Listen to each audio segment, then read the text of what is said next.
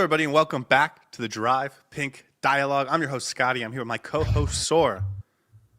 Today, we're talking about Inter Miami 5 days before their first preseason game of 2026. It is here. Before we get into it, Saur, my friend, how are you feeling today? I'm feeling as everyone feels on a Tuesday evening. It's getting colder. I just finished a workout before this episode, so I feel slightly lethargic, but I feel good. I'm ready to talk about Inter Miami, and more than anything, I'm ready to see this beast of a team come together and play on Saturday. We're 5 days away, Scotty. This wasn't even an off season, right? This was basically like a small break, and then we're back at it. It was like an international break. That's what it feels like. It feels like Inter Miami was only playing 3 weeks ago in the MLS Cup final and winning the MLS Cup final. And yeah, here we are. 2026 season kicks off soon. Are you ready? No. It's the shortest offseason we've ever had. No, I'm ready. I'm ready, man. I'm ready for this team to win some stuff again. Yeah, I think it's going to be really exciting to see what they come out with on Saturday. And we've done so much projection and so much hypothesizing, and to actually finally have something to chew on, I think will be really cool. And also, there's a bunch of new players that I think we have very high hopes for, and maybe even high expectations. And then you get to see them out there for the first time and see what they have. I think that's always really, really cool, I think. So I am excited about this weekend and what's going on. Let's get to some quick hitters, because I think there's a couple pieces of news that we can get through relatively quickly that won't take too much time. Let's start with Gonzalo Lujan. Sounds like he is on the verge of getting his green card, which would mean he would no longer take up an international roster slot. He's a player that I think we thought at times wouldn't be on the roster. They don't end up getting Tristan Blackman in that deal, and we haven't heard any other names that they're seriously linked with or trying to get at the center back position. So maybe that means Gonzalo Lujan ends up staying. They have to seemingly move on Toto Aviles to become roster compliant. So it feels like the obvious have to move is Aviles. And that kind of might save Gonzalo Lujan on this roster. And if he's going to be on the roster, he has a green card, he won't take up an international roster slot. That is like a nice bonus. Also might make him a little bit more attractive for trading partners. And so Gonzalo Lujan, green card, sounds like it's about to happen. Yeah, I was going to say maybe it makes him a little bit more attractive to some of the other teams looking at homegrown players or American players. He would not take up an international slot for Inter Miami, but it also means he's not going to take up an international roster slot for other teams who are looking for second, third choice defenders. I'll be honest, it won't bother me too much if Gonzalo Lujan is the fourth choice center back on this team. It will worry me if we have a couple of injuries and then suddenly he's starting every game. But ask me again in a week or so when we see him start for Inter Miami every preseason game, and then I'll tell you exactly why I hate this. But it's fine. At least Inter Miami is able to dispense with that extra international roster slot that Gonzalo Lujan was using, so that's a positive. And I still think the centre-back saga is not complete for Inter Miami this offseason. We've talked about it in the previous episodes. There's no pressing need for us to go for a centre-back. We can actually wait a little bit. The offseason goes until February. We can see how the team is shaping up, what our actual other needs are. And I have a feeling we're going to do some business in the back line before the transfer window ends. So don't be surprised if Gonzalo Lujan ends up leaving. But also, at this point, I don't expect him to. I expect him to be on the roster come the closing of the transfer window. And that's about it. I just hope he's not starting too many games this season. Maybe coming off the bench a few times, that's fine. Yeah, I guess that's maybe. I think we've said everything we need to say about Gonzalo Lujan until further notice. He's a backup option for this team. As simple as that. Yeah. Okay, new kits. We went on bingo and we predicted how many new kits Inter Miami might get this year.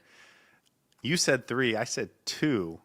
So far, we've only gotten confirmation about 1, but we did get sort of a full-size render of it over the last couple of days. It's the new away kit. No word on the name yet, as far as I can remember. But it is all black with a collar, and then those 3 sort of Adidas stripes across the shoulder they're black, but they're kind of like a shiny black, so you can see the difference. I don't know. Have you seen them? Do you like them? Yeah, I'm looking at it right now. It's fine. Classic black. Nothing to write home about. I'm sure when Messi wears it, it'll look a lot better. And I'm sure we're going to get tempted to buy it anyways, as every other season. I will say the third kit that I predicted was probably the alternate kit that we always come up with, which is last year, I believe we had the blue ones, right? The dolphin ones. Or was that the year before that? That would I'm only not be sure. 2. That would only if they only get a third kit, I win. They have to get 3 new kits for you to win. No, I think they're going to get a home kit, they're going to get an away kit, Okay, and they're we'll going to see. get the alternate We'll kit. see. Sean agrees with you, so we'll see. We'll see. Hey, bingo's more or less done, right? Yeah, We do need to haven't devise a actually way to win. Yeah, we haven't revisited that we need since to it ended. see. Okay, last thing that I think is interesting before we get into the big topics of the day. Jorge Mas spoke to the media on Saturday at team training, and I know we did an episode about Herman Berterame, but we were focusing on Berterame, and we didn't really have time to digest or think about all of the things, or even see all of the things Jorge Mas said at team training on Saturday. He mentioned that the team might still put together another preseason tour of sorts, potentially going to Asia, between Inter Miami's trip to, I guess, Ecuador is the final trip. Ecuador is the final, I believe so. weekend. Yeah, Barcelona de Guayaquil is the final trip of this Champions Tour. I think that's on the 7th or the 8th, and so there would be 2 weeks between then and when Inter Miami season starts against LAFC at the Coliseum on February 21st. I think it almost does feel reasonable to go spend 5 days on a trip and play 2 games in 5 days. I'm not suggesting that I'm in love with the idea, but it certainly seems feasible. What do you think? I think Asia's so far.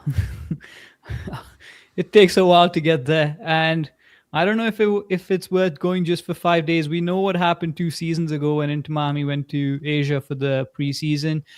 I would have preferred if they kept it in this region, kept it fairly contained. Even if it was planned for Asia, it should have just been in that region. But I won't be surprised. Commercial reasons always tend to be important, right? As a club, it's important to continue to bring in that revenue. I'm not a big fan of it personally.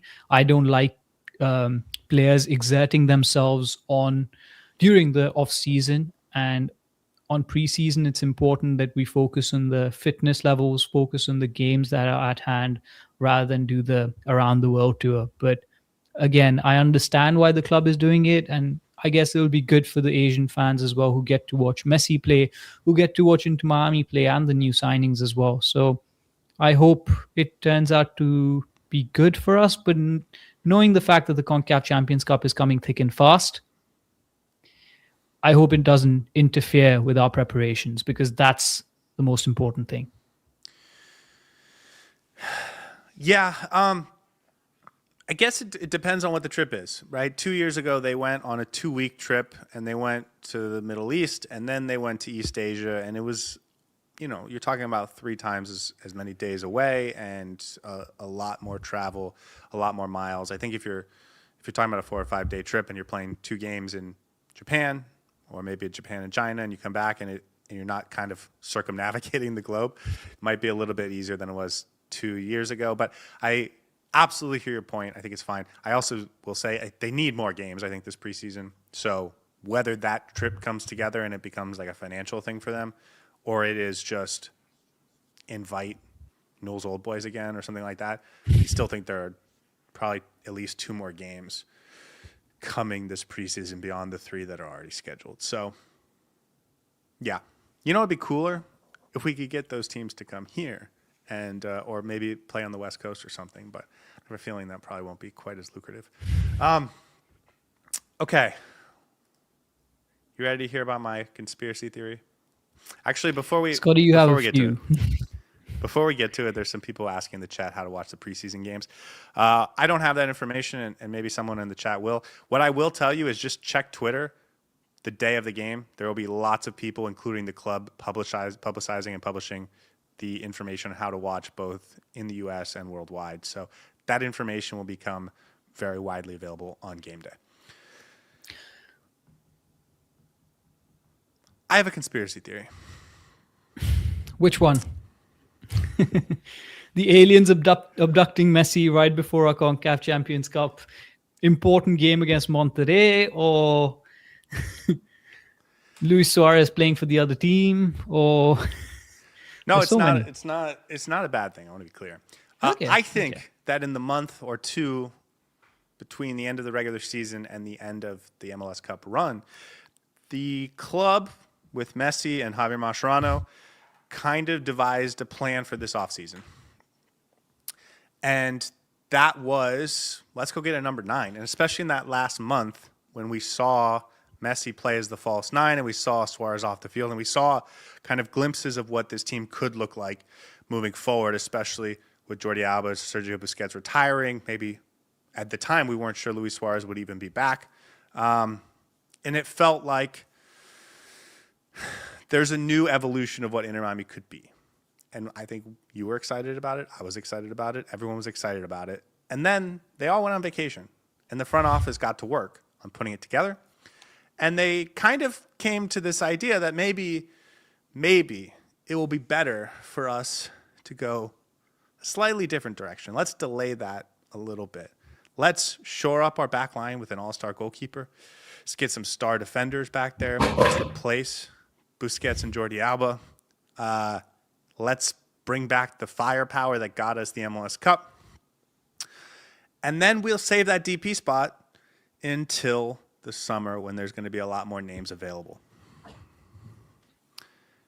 And then I think Javier Mascherano and Messi came back from vacation and they looked around and they said, "Where's my DP number 9?"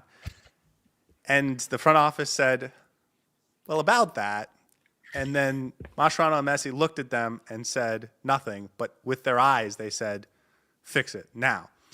And so the front office at Inter Miami went out and found a DP number 9 and is on the verge of buying him. And as far as we can tell, that's still happening as soon as the final details can be worked out between Berterame and Monterrey. And that's how we ended up with the DP striker. But that the last 6 weeks felt so different from what we saw Friday night and over the weekend that I just can't help myself but think something changed when everyone came back and the plan took a little bit of a pivot. Do you know who our sporting director is? Lionel Messi? His name is Alberto Diaz. And do you know where Alberto Diaz was last involved as a sporting director? Monterrey. Atletico San Luis. Do you know where Monterrey got Berterame from? Atletico San Luis. Do you know who has a pre-existing relationship with Berterame from their time at Atletico San Luis in Mexico? Our sporting director. Our sporting director. So that's my conspiracy theory, is that maybe it's the coaching staff. Maybe it was Messi. Maybe the front office looked at it and said, you know what? We haven't done enough yet. We have to sort of twist this and make sure we press the go button. But I think plans changed, and that's how we ended up with Germán Berterame. And I think it makes the team much better the day that that deal goes through, which could be tomorrow for all we know. So I don't say it as it's a bad thing. That's my conspiracy theory, and that's why I think everything went down the way it went down. This is what happens when we're in the off season. We have nothing else to talk about, and Scotty's just sitting on his bed at night, staring at the ceiling, and then thinking about Inter Miami and Messi. So you mean to say it wasn't Inter Miami's plan to go into the season starting the CONCACAF Champions Cup with Luis Suarez and Daniel Pinta as their 2 number 9s? Is that what you're saying? Or it was the plan, but Messi and Javier Mascherano came back from vacation and were like, this is not going to work for me. Give me a number 9. That's you know what? I don't mind it. I do not mind it. You do have a claim to this, by the way. Like, you're not entirely crazy with this so-called conspiracy theory. I do think the way Inter Miami's roster was shaping up, it felt like Inter Miami was going with, we're going to wait and see what happens with the striker market in the summer. We don't think there's that many players available. So we're going to focus on creating a structure around Messi that allows us to bring in some youth, surround him with some legs, bring athleticism, have runners on the wings, and then maybe if we need to play with the striker, we'll just rely on Luis Suarez. And then in the summer, when the striker becomes available, we'll go all out for that. And then something happened, whether it's Messi and Javi Mascherano thinking that they actually need a striker to compete for the CONCACAF Champions Cup, whether this deal actually became available.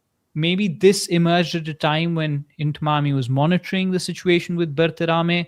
Something opened up and they, apologies for that, something opened up and they realized that now's the time to strike the anvil with the hammer and get this deal done across the line.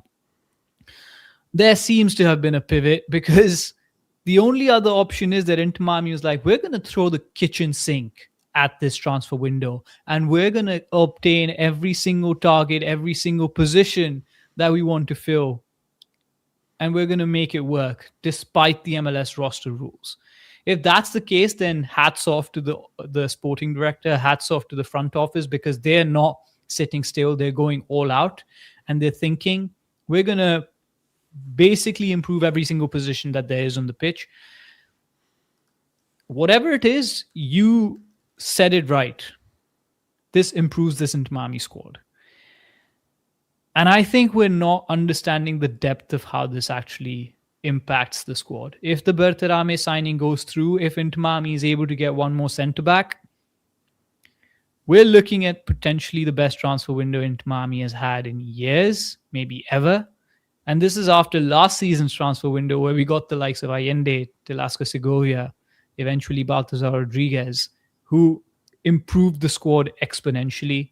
And then the season before that, where we said this Inter Miami team is one of the most deep rosters MLS has ever seen. So I don't know how they keep doing it, but it keeps getting better and better every transfer window. And it's really nice to have a front office and ownership that cares about this team and cares about winning and cares about building a winning culture with this team.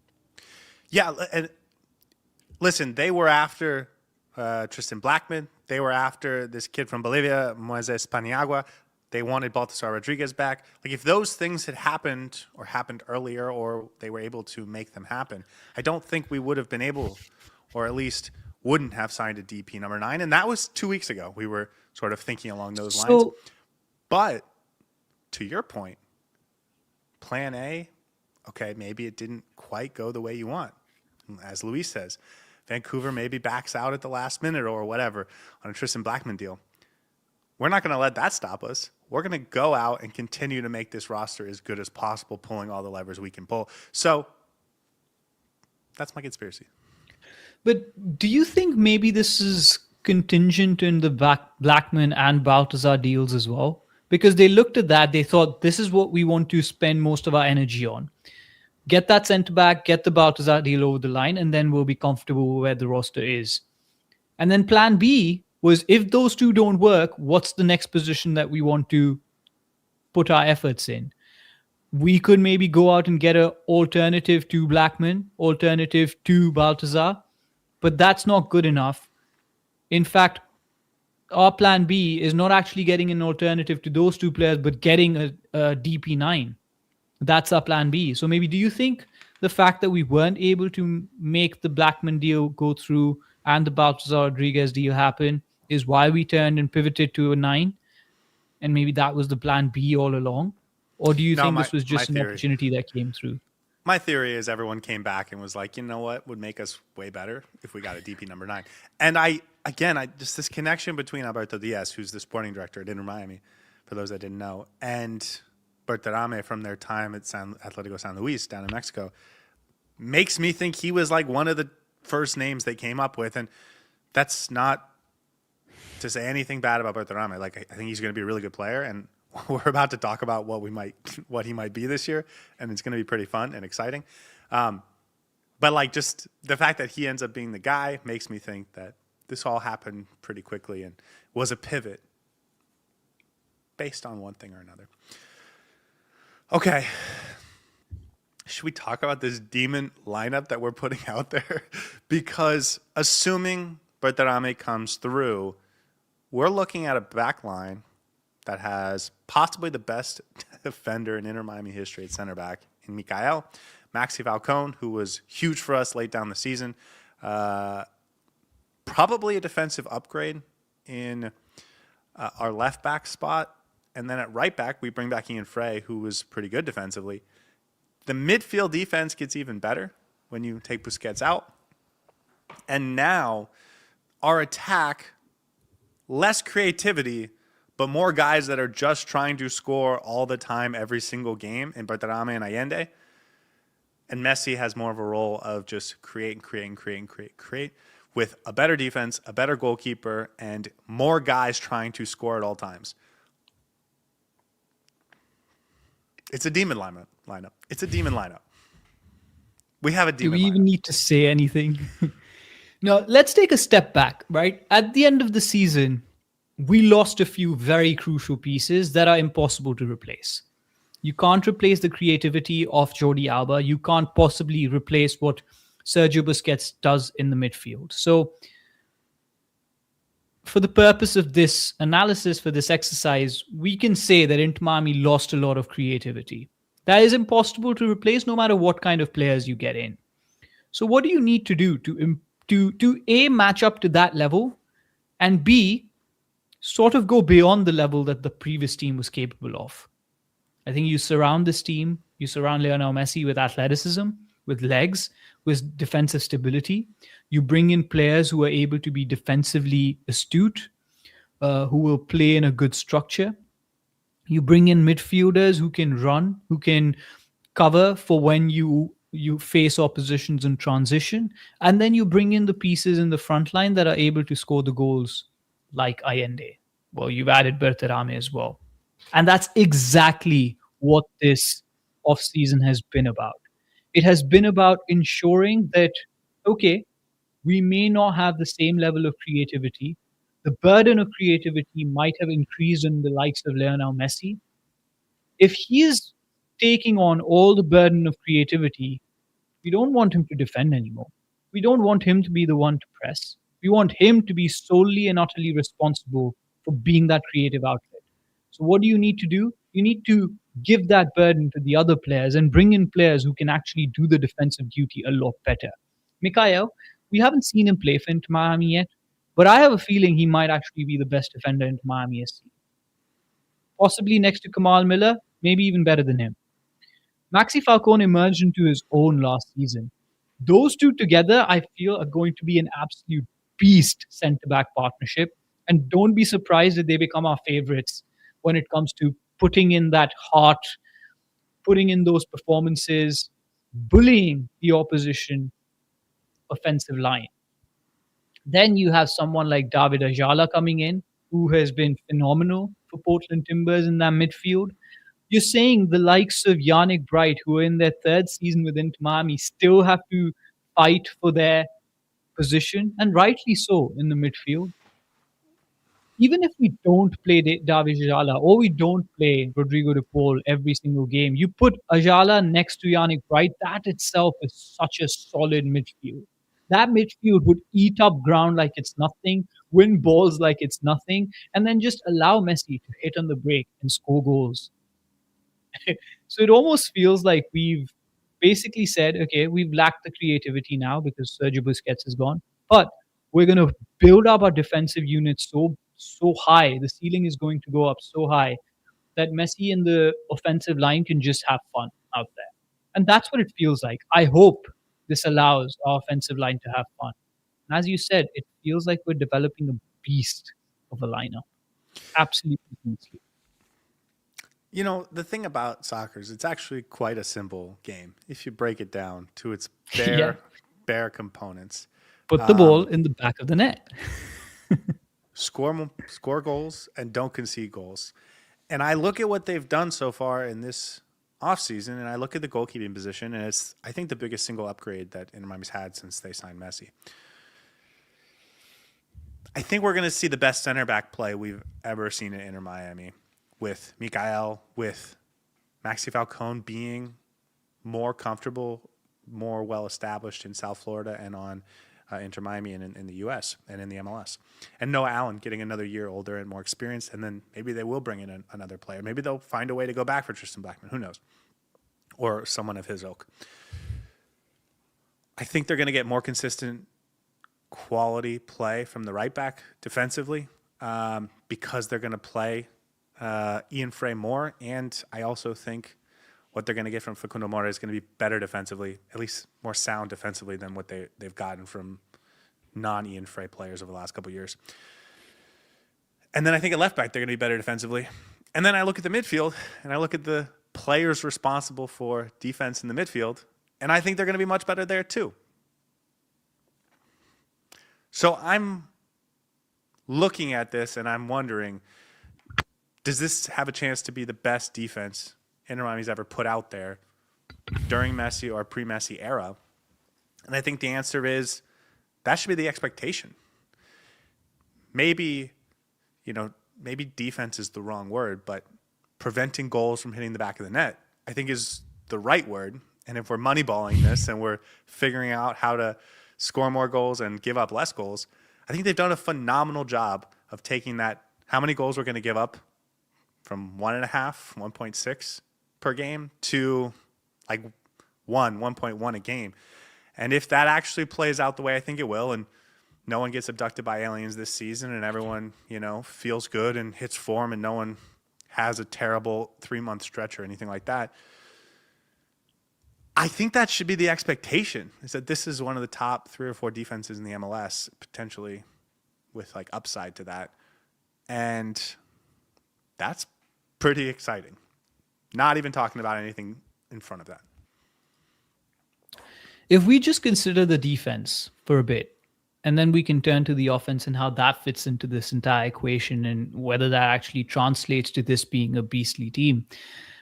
I think for the CONCACAF Champions Cup in the first phase of the season, we constantly talk on this podcast about how important it is to have a solid defensive line in a tournament.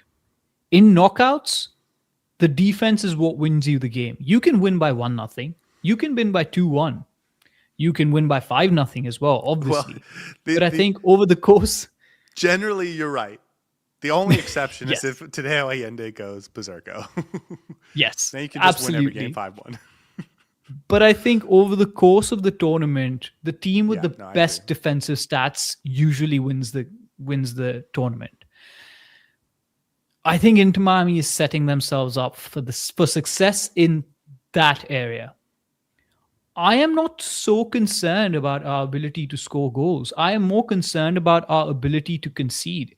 Even last season, when this team was not having the right patterns of play, was not able to create much in front of the goal, we were still able to score goals. How many goals did we score in the MLS last season? Didn't we break the record or something last season of how many goals were scored in the regular season? I think we scored more in 2020. Or came close to that. And at times last season, we were struggling to score, but we were also conceding a lot of goals. That's the issue. I think this team is going to skew a little bit towards not conceding and maybe scoring less goals, but still scoring enough that we're just going to cruise through at least the MLS regular season. I can understand why some fans have that concern about our ability to now play through the middle, play through a deep ball where we were able to rely on Sergio Busquets to fall into the back line, ping the ball over the top. I think we're not going to have the same level of technical skills. Teams may be able to press us better, and we won't have Sergio Busquets' pressing ability to just keep the ball. But I still think bringing in Ayala, playing Bright next to Rodrigo de Paul, hopefully unlocks the offensive potential of Rodrigo de Paul as well. He has a ball or two in his locker. We'll see how Ayala fits into it, but Segovia is able to find a ball. And I know Messi is going to have to do a lot of the heavy lifting. What happens when Messi is actually not playing on this roster? I think Segovia is a perfect replacement to have if Messi is not playing a game. Play him in that number 10 role. Play him as that creative midfielder. Or Luis Suarez, right? or Luis Suarez. So yes, I can understand why there's some concerns, and we can talk a little bit more about the offense now. But for me, at least for the first phase of the season with the CONCACAF Champions Cup, having that defensive stability, having that goalkeeper who was MLS goalkeeper of the year last season, having two centre backs in front of him who will potentially be our best centre back partnership that we've ever seen, and then having two very solid fullbacks in Sergio Reguilon and then either Mura or Ian Frey, I think sets us up for success and creates a really good foundation for this team to do well in the CONCACAF Champions Cup. Is there a worry about us creating goals? Well, for you? let's talk about the offense, because I have heard people say that this team is better than they were last year now with the signings they've made. And at first I thought it was crazy, and I was hearing it from some Inter Miami people, and I thought it was like kind of disrespectful. I've started to hear it from like national MLS people too, which is making me really like curious. It does on the one hand feel a little disrespectful to Busquets and Jordi Alba. But let's wait for the third phase until we get to talk about the other half of winning soccer games, right? I think we agree it's going to be better defensively, right? Yeah, absolutely. I think they have more goals this year, not because they have more creativity, but because they have more finishers on the field. And so I think they're going to create less chances, but I think they're going to finish more of them, because I think about what we saw last year, and our wide players were consistently coming back deep in order to protect the back line and protect the midfield, which I don't think will be necessary anymore. Our striker was much more of a creative striker, and I think partly because of the system and partly because of sort of how his season was going, he leaned into his creative aspect instead of his the finishing side of his game. And Tadeo Allende went from sort of bad form, sort of found it at the end, but he spent a long portion of the season in sort of like terrible form. If you think about what we're going to get this season, you're going to have a striker that is constantly forward trying to put the ball in the back of the net. He's not going to come back and take himself out of dangerous areas in order to help facilitate creation and ball progression and all that stuff, because this dude's a goal scorer. That's what he does. He scores goals. You put Allende in, hopefully, just in casual, normal form. Doesn't even have to go God mode like he did in the playoffs. Just not be in terrible form. And then you talk about on the other side, Silvetti, who is much more of an attacking-minded and attacking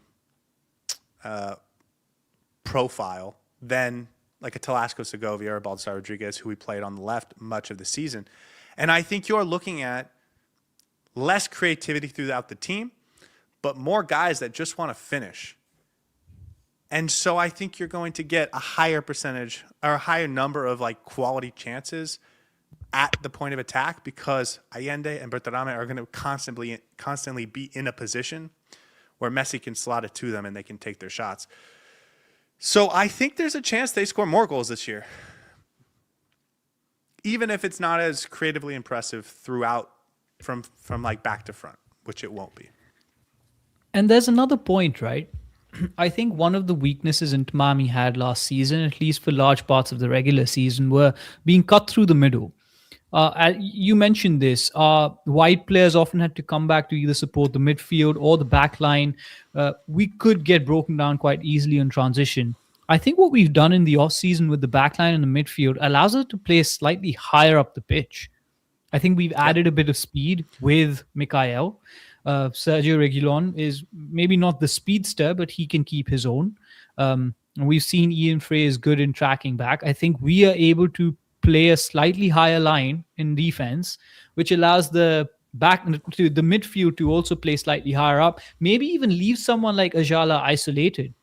We often saw that we were forced to leave Rodrigo de Paul in the back. Sometimes Sergio Busquets was playing that deep line playmaker / six role. Now you can leave Ajala as your sole defender / central defender and allow Rodrigo de Paul and the third midfielder, if there is a third midfielder, to push higher up and support with that transition, support with the connection between the midfield and the forward line. Similarly, I think Messi is going to be able to play slightly higher up if you allow that.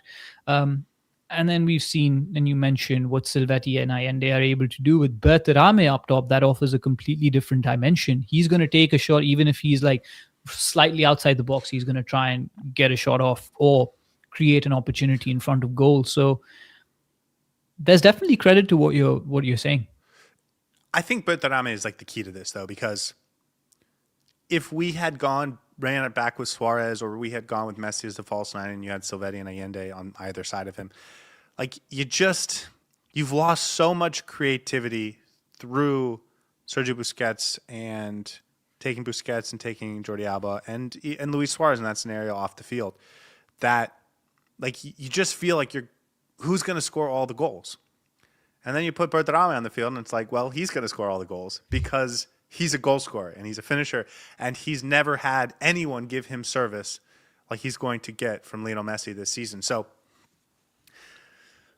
like, you just think about what's realistic for Berterame goal numbers this year. If he finishes the season with 12 goals, I'd be shocked. Can I add something to this? Go ahead. I'm actually really glad that they've signed Berterame now. The more I think about it, the more relieved I am we have an out-and-out number 9 striker now. There was a risk that Inter Miami was going into the start of the season being a very one-dimensional team. And by that, I mean only able to play with a specific style. If we play with the false 9 the entire time, even having Luis Suarez up top is sort of playing like a false 9 because he comes deep a lot. He occupies those half spaces between the 8 and the 10 a lot more. I think now we have 2, maybe 3 different ways of playing. You can play with Berterame as the top striker. You can play with Messi as the false 9, and then you can play with Luis Suarez. That adds a very different dimension. I think if one of those strategies doesn't work, you can throw on a number 9 now to try and get you a goal. Before that, we didn't have that option. And if we were building more by adding a central midfielder or a wide player, it would have been more of the same. So the more I think about it, I think for Inter Miami's multi-dimensionalism, this was a very important signing. And I think it's going to go a long way to allow Javi Mascherano to tinker around a little bit, break down teams in different ways. In some games, we might need someone like Berterame. In other games, we need someone like Luis Suarez operating between the lines. And in some games, we may not need either of them and have Messi play as that false 9. So I think that multi-dimensionalism that we can now see from Inter Miami will be a lot more important than it would have been if we had Sergio Busquets in the middle or if we had Jordi Alba in the middle, because that will always get you goals every single time. But now that we don't have them, you need to find multiple ways to win. And we've added that dimension. It's an excellent point. And the other thing is they're going to be so much better through the midfield that they're going to have more chances created for them. Maybe not chances created, but they're going to have more opportunities to push the pace quickly and counterattack because they're going to win more balls in the midfield. Someone mentioned in the chat that Ayala was the best. Let me rephrase that. Ball winner. Had the most interceptions in the league last year. And you know who was the best interceptor of the ball on a per 90 basis? It was Yannick Wright. So you're talking about 2 of the great ball winners in the MLS on Inter Miami. You're going to turn those into quick opportunities going the other way. And when you have Messi get on the ball and he has runners in front of him that he can pick the pass to, you could see how this could really, really become special. Let's talk about Berterame. Go ahead. Okay. No, I was going to pivot to a different conversation, and maybe we can talk about Berterame first and then come back to a point that was made in the chat that I want to reflect on a bit. So let's talk about Berterame first. Let's just stick with MLS because we don't really know how many games Inter Miami is going to play this year, all competitions, but they have 34 MLS games. What do you think the expectation should be? Like the over-under for number of goals he's going to score this year, just in the MLS. I think 20, over 20 goals. If he scores 20 goals, that I think is a good season for him. Like what would you say is the number where it's like 50% above, 50% below? 50, like what would be like your 50-50 chance? I think 18. As a striker with Messi in behind him, there's a 50-50 chance he scores over 18, or close to 18. Okay. I'll be honest. It feels low to me, if I'm being Yeah, honest. but I want to be slightly conservative because, as I mentioned, I think this Inter Miami team is going to score across the front line. So he may be involved in the goal scoring, may have an assist, pre-assist, or whatever, may be involved in the attack, build-up play, but may not be always the one at the end of the chances. So I want to give him a little bit of credit and a benefit of doubt. I think he's going to score more than 20, 25 goals, but I want to be conservative with my estimate right now because we haven't seen how he fits into the team. So I'll say 18. Fair. I think that's totally fair. I also, just based on everything we know about him, I don't think he's going to do any of that other stuff. I don't think he's going to create Yeah, for his yeah. teammates much. I don't think he's going to be the pre-assist guy. I don't think he's going to be the build-up guy. I think he's going to be the goal scorer. And so I think he finishes with 18. It's kind of a disappointment, actually. If he finishes with 17, 18 goals, assuming he's healthy the whole year, just in the MLS, I think that is kind of a disappointment. He scored 0.62 goals per 90, so that would be 19 goals, maybe 20 goals Yeah. if he converts, and he's playing against easier back lines. Certainly the League MX defenses are more talented than the MLS defenses, and he's going to have better service because of Messi. So actually, I think that it is understandable why you're going conservative because you don't want to put too much pressure on any player. But Exactly. like I think it's closer And to honestly, 25, personally. but we always say, right, a 20-goal season is a successful season. For an Inter Miami striker, yeah, I think a 20-goal season is a successful season. Fair. But I will be honest, I think he's going to score close to 30 just in the MLS. And I guess That's what my heart says. I guess that's the point. Is it doesn't feel unrealistic that he wins the Golden Boot next year. No, it does not. He could easily win the Golden Boot unless Messi has other things to say about it. So I think if you're getting that level of production and then you sort of extrapolate that into all competitions, you're talking about high 30s, maybe 40 goals next year. And then you're still going to get some from Allende. You're still going to get some from Messi. You're still going to get Suarez is going to get a couple goals next year, whether it's 2 because he only played 400 minutes or it's 8 because he played 1,200 minutes. He's going to get a couple. Savetti, I think, is going to have his say. We went and rewatched the highlights. If Segovia's on this team all year, he's going to have some bangers. And I'm sure Rodrigo de Paul will get a couple. Like, it just feels like there's a ton of goals. There's goals in this team, yeah. A lot of goals. And let's not even underrate Silvetti. Last season was his breakout season. This season, I think he's going through the roof.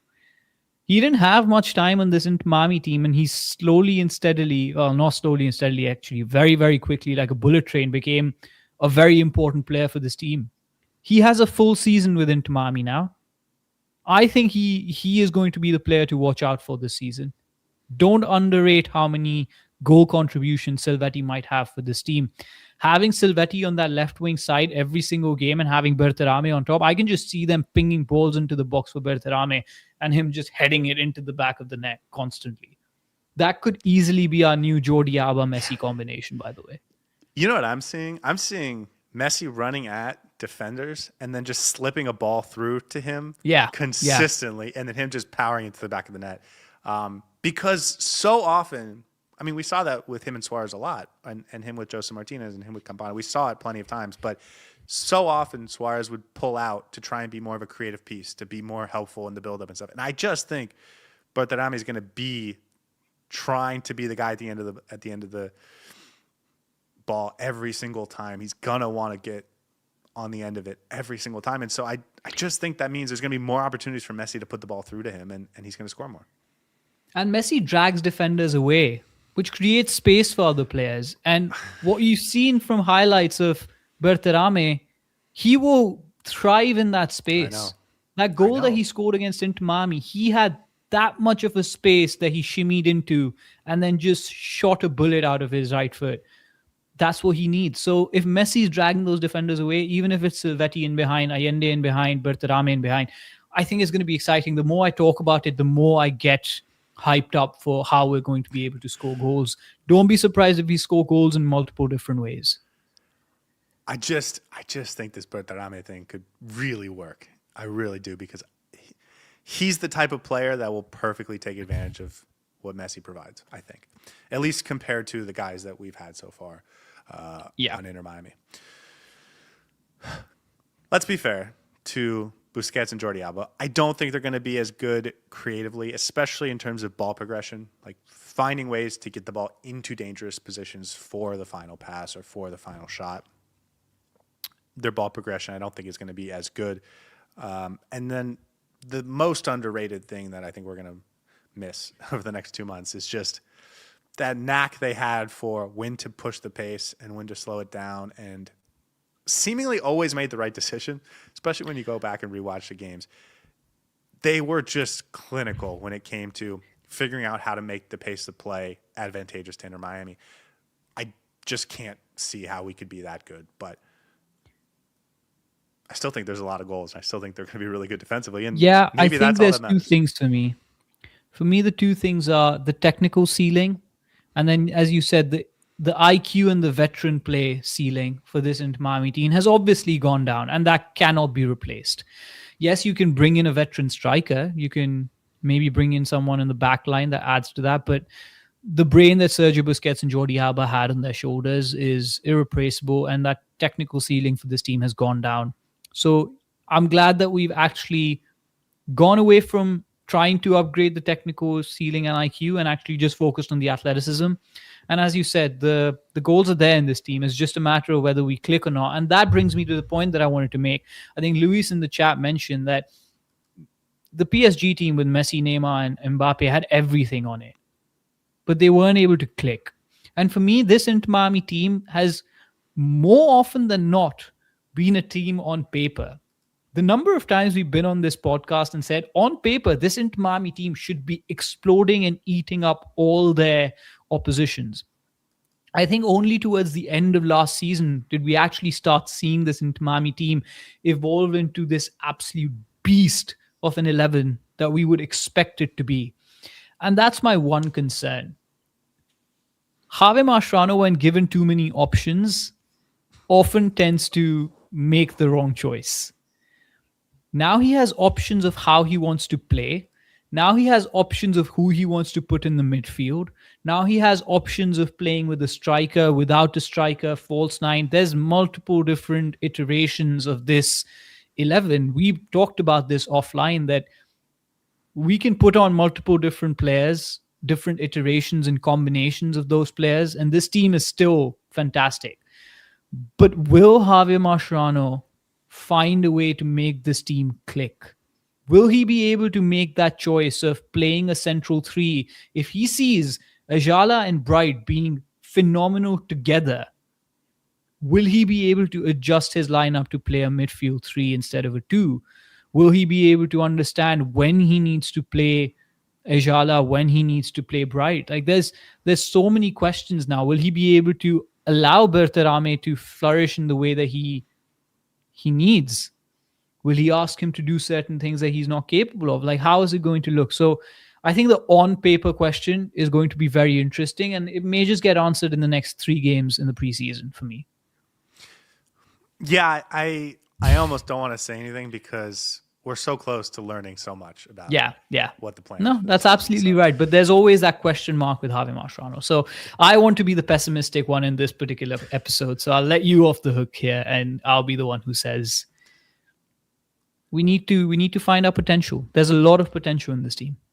Yeah, and important to, again, reiterate, it's all on paper. But like I find it hard to think this team is going to be better in all facets. I find it impossible to think this team is going to be better in all facets without Jordi Alba and Sergio Busquets. But I think there's a path to be better in the two that matter most, which is how many goals you score and how many goals you give up. And maybe that's all that really matters. Excellent summary. And you know what I'm looking forward to? I don't think Taylor Twellman this season will be able to say, oh, the other team could have scored 7 or 8 goals. I don't think that's going to be the case this season. At least I hope that's not the case this season. He is absolutely going to say that at least once this year. Yeah, absolutely. It does feel like it could. Oh, man, you look at that defense, you look through the midfield possibilities, defensively especially, and just winning and working in the midfield. and it just feels like we could see something The dramatically work improved. rate, that level has gone up. The work rate level has increased in this team just by adding those two extra players, one in the back Yeah. line, one in the middle. I don't even want to call it work rate because that implies like effort Yeah, involved. And I don't want others to didn't imply that work. anyone Yeah, was, yeah. but just The legs. yeah, The the legs. athleticism in the midfield. Yeah. Yeah. And it's not just that they're younger. It's that Ajala and Yannick Bright getting more game time. Those are two of the very best defensive midfielders in the league. It's defensively, and so, like I see a lot of people in the chat talking about relying on two midfielders to do the defensive work. But if your two midfielders are Yannick Bright and David Ajala, and you have that back line and you're that goalkeeper, I think that's plenty good defensively, and it allows your front four to be attacking pieces and focus on scoring goals. So on paper, it could be a juggernaut. We'll see. Okay. Jorge Mas had a couple other comments, and I figured we could wrap up with these. Tristan Blackman. He talked about Tristan Blackman. He acknowledged that they put in an offer to Tristan Blackman for Tristan Blackman with Vancouver. Vancouver wasn't interested. It was about $3 million. We've seen that it would have been a cash transfer, would have made Tristan Blackman close to max TAM. We talked about on a recent podcast how they would have been able to fit that in. And so it makes a lot of sense. And clearly Blackman was intrigued by the possibility, or I don't think it would have gotten that far.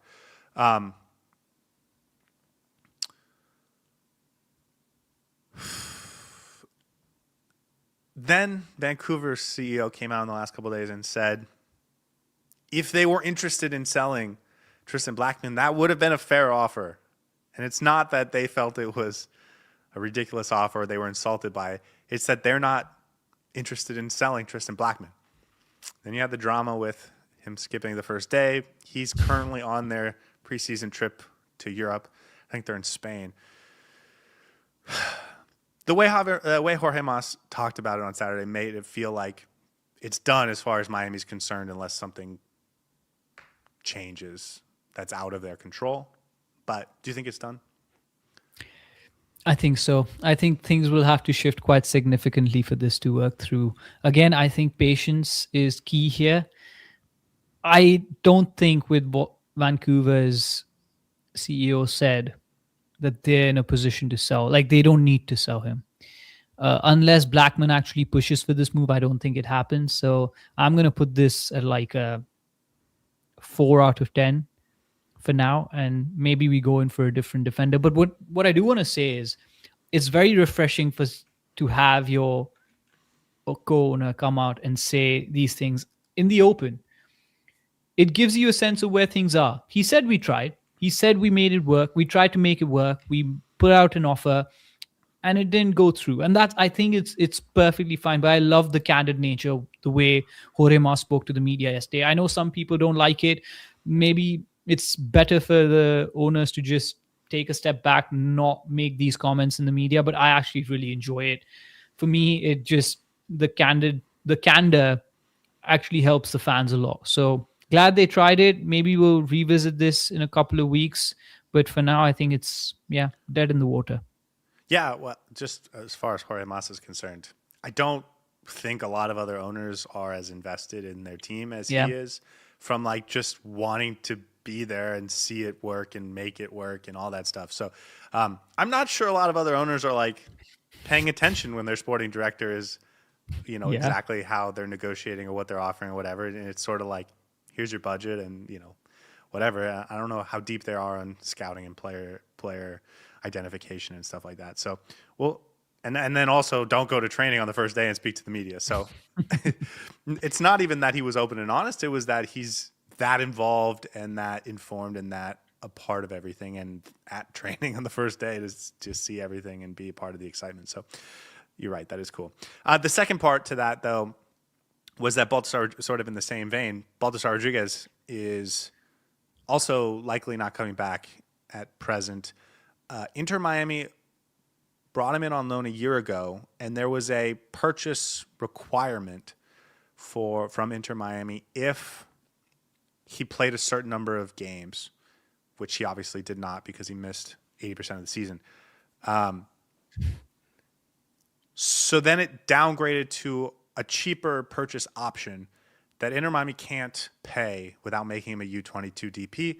And it does feel like there's been some reticence to do that. Clearly, Mascherano and the coaching staff like him, but now that they have added a third DP, they can't bring him in as a U22. And so... Unless they let Aviles go, right? They have to let Aviles go And anyways. take down Segovia to a TAM. Right. And if they're going to do that, it's going to be even harder if they don't sell a player and bring in some allocation money because they are going to run up. They are going to run up against the cap at some point. So I'll be honest, I'm okay with this. I think pragmatism over nostalgia. I know he was part of our MLS Cup winning squad, but I think it makes sense. It would have been too much to bring him back. It would be too expensive. He's a good player, but not a great player. I haven't seen enough of him from last season to say he deserves to be brought back in a U22 role. And the injury question is a lot significant when it comes to bringing him back. So I'm okay. I'm good with this. yeah, well, listen, whatever happens, we'll see. It just feels like Racing's not going to let him go for a cheap enough deal that we're going to be able to bring him in just on a normal roster designation. And so I think that's going to be the deal breaker. Makes sense. Josh in the chat says, how is Aviles and Ustari still here? Ustari's going to get bought out the day before the deadline, the day before our first game. That's the deadline to have everything be roster compliant, and that's when they'll do it. As far as Aviles, there's just no rush. And this is something that I think people are getting antsy about with Toto Aviles. They're just going to send him to the highest bidder. And so they might as well rack up as many interest and offers and leverage and all that stuff as they can before they ship him on. There's no rush because they don't have to move him on until February 20th. Or buy down Segovia, maybe they don't have to move him on at all. So... Yeah. Or at least not until later on in the window. So because as we heard, Segovia is not going anywhere either. So, well, I was going to get to him in a second, but so for Aviles, there's no rush. There's just no rush. So that's why it hasn't happened yet. As far as Tlaxcala Segovia, which is the last thing on our list tonight, look at us nailing the timing. Jorge Mas also mentioning Tlaxcala Segovia not going anywhere. He said for the whole year, I'm only going to say till the summer, but this window, they're not planning on selling Tlaxcala Segovia. I didn't think that made sense until they brought in Baltasar to replace him. But I think it's fascinating Segovia's role on this team, even without Baltasar, because I think if you put together your expected 11, he's not in the 11, but maybe he should be. And I think if we rated, or maybe let's say we did something like we drafted our 20 best players in Inter Miami, he would wind up inside of the top 11 for sure. So top 6 maybe at this point, or higher. So maybe yeah. So Oh yeah, I forget we don't even have Sergio Busquets or Jordi Alba anymore on this team. So I think he could definitely finish top 5 higher. So what does that mean for Segovia this season? What does that mean for the midfield as a whole? Because if they do play a 2-man midfield, which I think I'm expecting, even if maybe same. I shouldn't be, because they still have a lack of winger depth that would point to the idea that they're playing more in the midfield. And they have two of their better players not necessarily penciled into the starting 11. It's an interesting situation, and that's what's going to be so fun about this preseason is figuring out what. I think the preseason is going to give us a lot of answers, but I have a feeling Segovia is going to eventually get his minutes. Whether he earns them by hook or by crook, I think he's going to get his minutes. He's too good of a player to sit on the bench every single day. Pepto in the chat, we can end on this, says if some of these moves don't work out, then Inter Miami's in trouble. One of the things that Inter Miami's done, and we talked about this on Saturday, is by going all in on Bertarame and Allende, they are going for it this tournament. Now and ever. So it'll be interesting to see what happens post-World Cup and how this roster might evolve. But I do think they've given themselves the best chance with the way the roster is right now. And maybe they're still looking for another right-sided center back. But I think they've given themselves the best chance to go win this tournament that they could possibly give themselves. You can't fault their ambition. And I'm, as an Inter Miami fan, very happy with that. Joshua says, make a prediction on how many more signings we get after this. What do you think for the rest of the I think one more. of this window? They're going to need a third goalkeeper. Yeah, true. I think they need a... I think Marquis one, and then a couple of players. I don't even know if they have one more marquee player, if I'm being honest. Because you're not going to get a center back if it's not the right fit. You're not going to get one just to get one. I don't think they need one just to fill the numbers. And then I do think they're going to need either a midfielder or a forward, or preferably someone that can do both, but maybe someone that's not expected to get a ton of game starts. And then a backup goalkeeper. So I think you're looking at two particularly relevant. And then if they can find the right piece, obviously, as we've seen, they'll pull the trigger on a third. And maybe that would be a center back. I'm glad that a lot of the business got done early so that we can now watch some of these players in the preseason. It's going to be fascinating on Saturday. You excited? You ready for the preseason? We started this conversation, not. but I'm not. I said I was, but I'm not really. It's going to be so many question marks in that first game. And that, it's going to give us a lot of, I don't know how many answers it actually gives us, but it's just going to be exciting seeing them play with different players with a different look. Well, it's a new look into Miami. The entire Messi tenure before last year was he was the right winger. Or he played in the 3-5-2 for like a handful of games at the beginning of 2024. But Messi was our right winger. And we came into that first game of preseason against Club America last year, and we were like, is Messi at number 10 now? Is that what we're doing? And then we were really excited about it. So I think we could learn a lot in the next couple weeks. Yep. Sorry, any final thoughts? No, man. Let's bring on the season.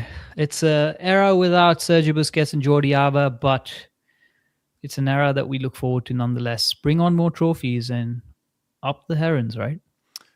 All right, guys. We'll see you guys, if not sooner, Saturday night. Raw reaction. We'll see you guys there. Hey everybody, thanks for tuning in. Do us a favor and hit that like and subscribe button. Since our first viewer, sharing this with you all has been the very best part. So from the beginning until the end, thank you for being a part of this and have a wonderful day.